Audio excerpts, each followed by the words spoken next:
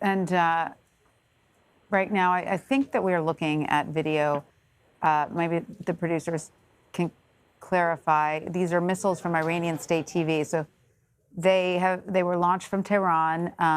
Of course, we know that this has been reported, all afternoon from Iranian state TV. Behnam, do we know what the story is from the Iranian side? How are they spinning this attack? Well, spin is a very interesting word. It gets me into media right now because the former secretary of Iran's Supreme National Security Council, he was the nuclear negotiator at the end of the Ahmadinejad era, also someone very hardline, very, very zealous. He tweeted, I believe, a picture of the Iranian flag. If you remember when Soleimani was struck by the drone, Trump tweeted a picture of the American flag, and several members of the administration or several other official accounts tweeted the American flag. So this is the Iranians, again, trying to play the media game, trying to play the narrative game. They are very cognizant of how this is being framed abroad. They understand that the West is surprised. They understand that this does not fit with the past mold of Iranian responses, of Iran's traditional method of escalation, hiding its hand, proxy warfare. This is very forward, this is very bold, and they're letting this trickle out into their media. There's even an unconfirmed video that I saw from another military watcher on Twitter that had a picture of Soleimani in the booth in the area where the missiles were launched, so clearly symbolizing that this is in response to the killing of Soleimani. So they're spinning this as retaliatory, they're spinning this as defensive, but again, this is one very large, very costly, very dangerous signaling exercise by the Iranians. Absolutely. All right, Behnam, hang on, if you will, stay with us. I'm going to bring Olivia Gazis back in. Olivia, Esper, Pompeo, and O'Brien are all meeting at the White House right now. What do we know? Well, we know that they are in the Situation Room, likely reviewing the intelligence that is coming in and discussing what the U.S. does in response, if anything. Of course, the message from this senior leadership has been that de-escalation is the goal.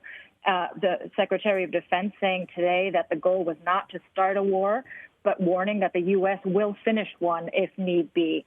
The president, of course, also said earlier today that the United States was totally prepared to respond to Iraq. But I think it's worth noting that the Iranians fully recognize that they can't compete with the U.S.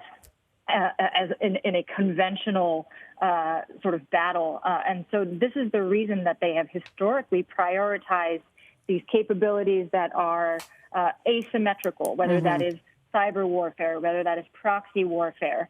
And so it may be that they decide that they have exacted enough of a toll here and would stop if the United States stopped too. That will, of course, depend on whether there are any American casualties, which the president has previously said was a red line for the United States.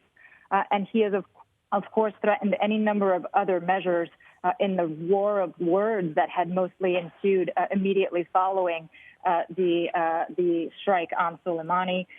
It will be an outgrowth of their conversation tonight in the Situation Room as to what next steps the United States will take. Absolutely. Thank you so much, Olivia. Let's bring in Dave Sears now. He's a retired Navy SEAL. Dave, what can you tell us about the choice of retaliation on the part of the Iranians? I mean, they could have done a cyber attack. They could have tried to target a domestic soft target. Instead, they went for something a little flashy, something that they could show on state TV and something fairly aggressive. What does that tell you? Well, I think for one, you're right that it is flashy so they can show it on state TV, but I would also caution that we don't know if it's done yet. Right. So I would still say that, Israel could be targeted by Hezbollah, those proxies that Iran has there. Saudi Arabia is certainly a right target for Iran as well, and you could see some things in Yemen or the Gulf. We don't know where they're going to go. We don't know if they're going to use any of their asymmetric capabilities yet or how that plays into it. So hopefully this is the only salvo that they have, or two salvos as we're seeing it, and that they want to make a very public statement to their people that we're getting revenge. Right. That's on their side. And they're hoping, you assume, or we assume, that this is where it ends.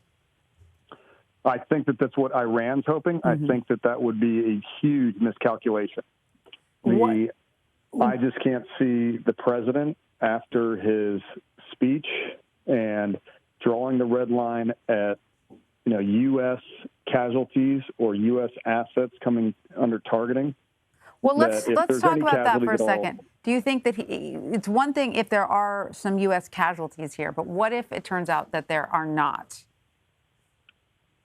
That'll be interesting on how he's going to deal with that. I still think, these are joint U.S.-Iraqi bases, so there's likely to be equipment. And I think that you are going to see, if I had to guess exactly sort of what the president called for, you're going to see a completely disproportionate response from our side.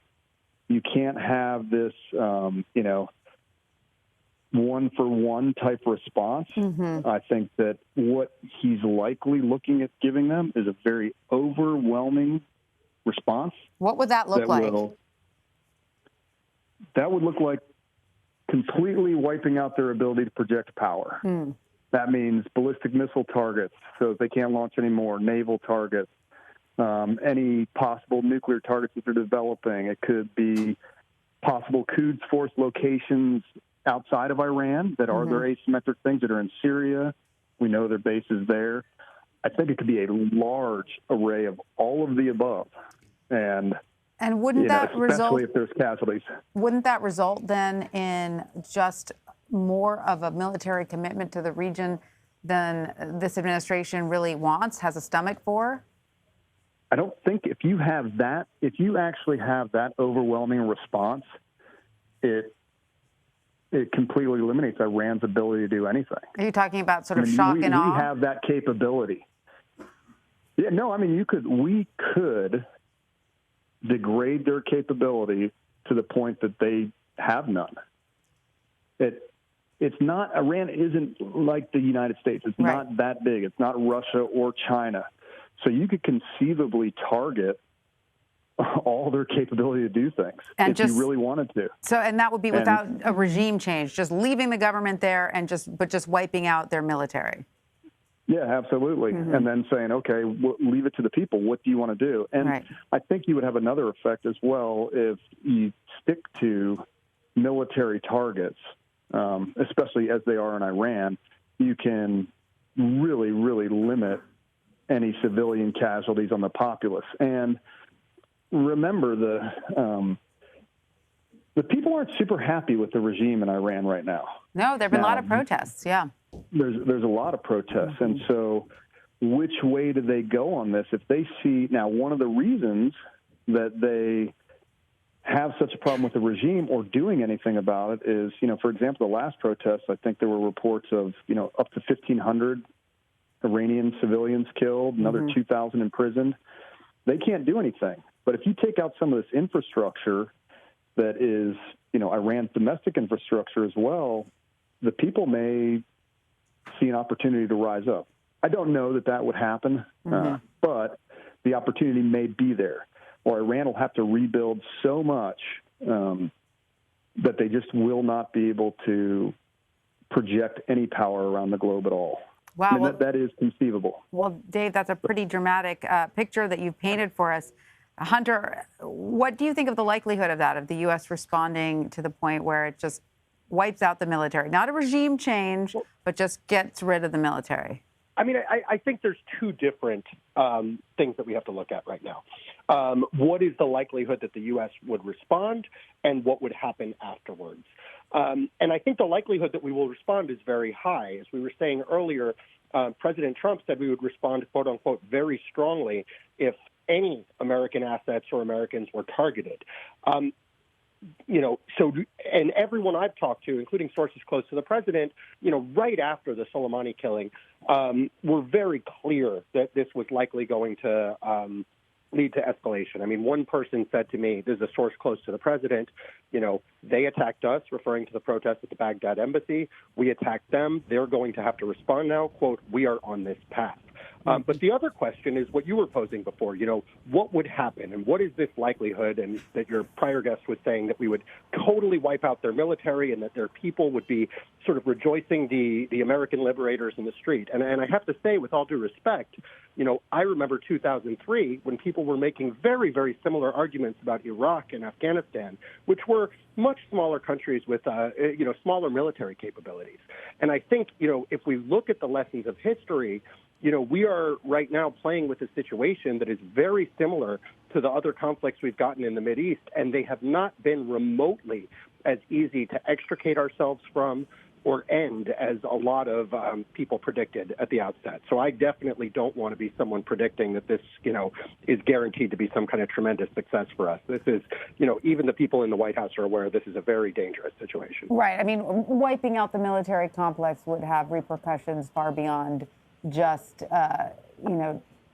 just getting rid of their weapons. It would have, economic repercussions. It would have all kinds of infrastructure repercussions, and then we'd sort of be on the hook for, well, what's going to happen to these people, right?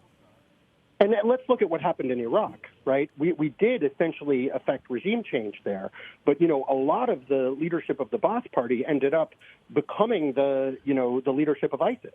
So, there's been this ongoing cycle of conflict in the Mideast for 20-something years now, and it's hard for me to envision a situation where, this continued escalation in Iran wouldn't just add to that. Okay, so where will it end then? Where will the U.S. escalation end?